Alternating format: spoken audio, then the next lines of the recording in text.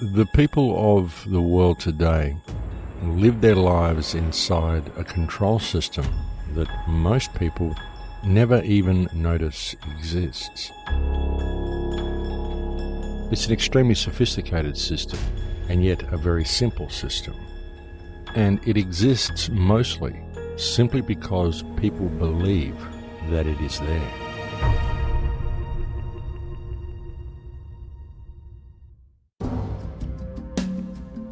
This unquestioning belief in the existence of authority is really a huge problem with the human psyche, and it is a very, very major part of the control system that is in place. But another part of it is the paper-based reality that people are enslaved to, what I call the paper-based matrix that people actually believe is real. Now, over the years, and most especially in recent times, there have been many people that have brought this information to you and have sought to explain this paper-based reality to you. There's many people that have brought you information regarding the birth certificate. Many people who have suggested that you question the validity and truth of statutes and legislation when they claim to be law. Where do these things come from? Where do legislation and statutes and acts come from? Because when we really know what law is, the true definition of law, the true law of mankind, the true law of creation, the true law of reality, it's basically just the difference between good and bad. There's only actually one law, and that is do no harm. All the rest of it is legislation. It's simply statutes and acts and rules that people make up. They have these ideas, they write them down on little pieces of paper, and they hit it with a rubber stamp, and then they say, you've got to do that because you put me in a position where I am the one in charge of looking after the infrastructure of this society, and so now you have to do exactly what I say because I'm putting rules in place which are going to preserve and expand and make this infrastructure better for all the people. Well, that's the way it's supposed to be. Really, when you look at it, that's what we have. We employ a government to manage our infrastructure for us, and we expect them to improve and expand upon and make this infrastructure more beneficial for society. But what they do is they enact rules instead. And they use these rules to corral and control society into a more and more confined and boxed group. And then they steal the resources of the country and exploit the people of the country and sell all the wealth off to foreign interests. That's basically what's going on here. And governments and politicians are very good at convincing people that they need this sort of stuff going on. In fact, governments work very hard to convince people that they need government. The entire concept that we need authority figures to rule over us and to hold our hand for us and pick us up when we fall is completely and utterly erroneous. And it is an idea that has been subconsciously ingrained into people via the governments themselves, through the mechanism of the government-controlled education system. Because you see, that is one of the main purposes of the scholastic system, is to instill into people a deep-seated respect for authority. But ultimately, folks, when you really look at this whole control mechanism, it's simply a meme. It's just an idea. Because the entire mechanism only exists on paper, and the rules are only given substance through our belief that these rules are real and that they actually apply to us. What government actually is a group of elected trustees who are put in place and employed by the people in order to manage our infrastructure for us and to ensure that we have a functional and fair society. But the essential thing to understand about these politicians and about all public servants is that what they are public trustees, because they are put in positions of trust and granted power via the people themselves. In fact, the only power that these people have comes from the people who employ them, and that is you. And if any public trustees, any government officials, any politicians, any public servants at all are enacting legislation or putting rules into place which are causing any type of hardship at all for anybody within their society, then these people are in breach of trust and are abusing the power that we have given them. And so that's where the remedy lies, folks. That's where the remedy to all of this situation lies. It lies in the hearts of the people themselves, if they choose to stand up and be counted. And of course, we live in a society where if you even suggest this to someone, they take it as an affront against their ego. They think that you're calling them stupid, and they usually want to have a fight with you or something like that. This is all programs, folks. This is the way people are programmed to deal with this information. This is the way people are programmed to react if you even attempt to point out to them that they may be being medicated by their government. Very clever system, folks. And it's this type of attitude that people have which causes other people to police themselves in what they say. It's very, very difficult to approach people and suggest these things to them because you are scared of the reaction that it may cause. And of course, the reaction is generally a programmed reaction, as I've just described. And you'll find that much of what people say and do in regard to any situation is a programmed reaction very often. And there are many programmed situations that happen as well. And so you can see the paper-based matrix, the legal system, the legal fiction that these public trustees create to enslave the people is truly one of the most clever and effective mechanisms that is used. But the only reason it really is as effective as it is because people don't understand what they are.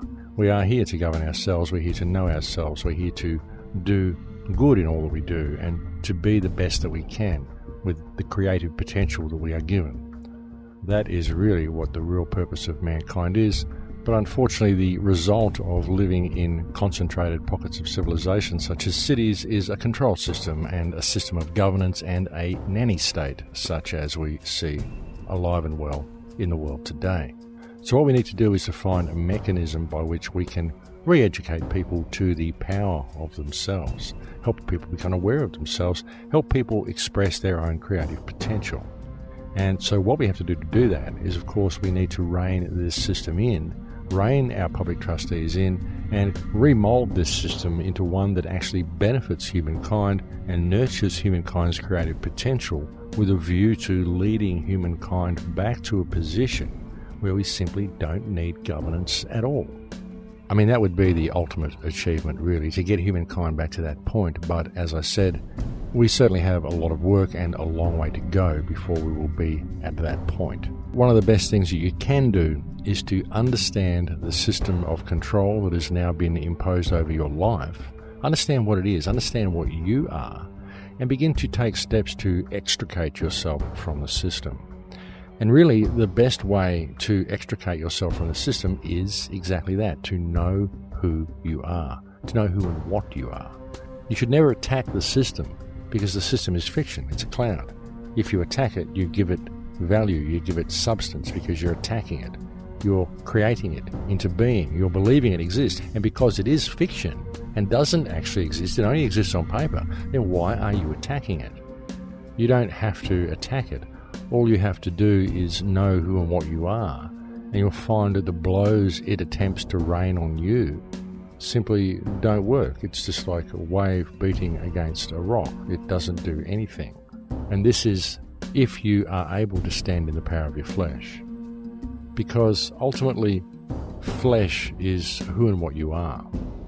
So you need to help people around you gain this knowledge as well, because once the whole community remembers who and what they are and remembers how to stand in the power of their flesh, then it's game, set and match for this whole corporate system.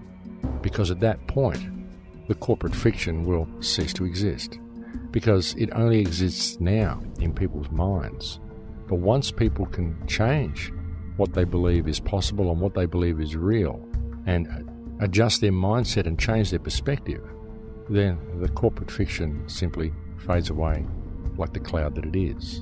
But what I'm attempting to do with all this, folks, is help you come to the realization that you are a living spirit inhabiting a vessel of flesh, and that nobody owns you.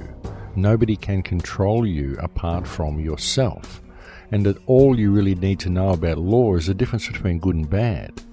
And as far as the legal fiction goes and the slavery system that is there to control you, there are only two words you need to know within that whole legal system, which will help that system comprehend who you are. And those two words are sui generis, or sui generis, as some people call it. When you can truly understand what you are, the absolute miracle of your existence, and it is an absolute miracle, folks. I mean, think about it. You are a biological entity of flesh and blood and organs with this electromagnetic frequency running through you, and you are conscious. You are conscious. You can think. You can create. Look at what we've created. Look at this world. All the buildings we've built, the art, the wonderful things that we've done, and the damage that we've done, all of it. This is all because of who you are. This has all been created by human beings. This is incredible.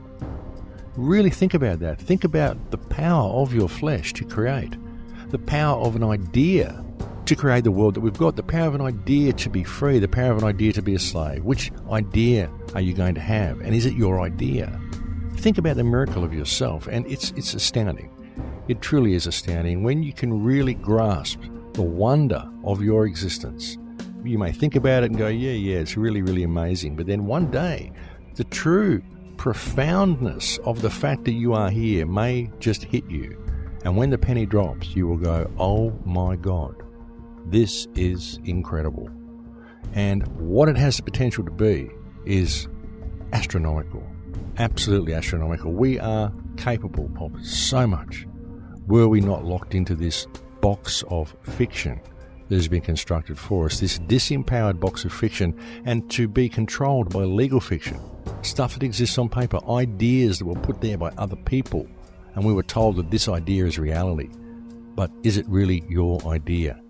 It's not. It's just someone else's idea, because that's all this system is. It's just the idea that authority is real, the idea that the control mechanism exists, the idea that words on paper actually mean more than what is in your heart.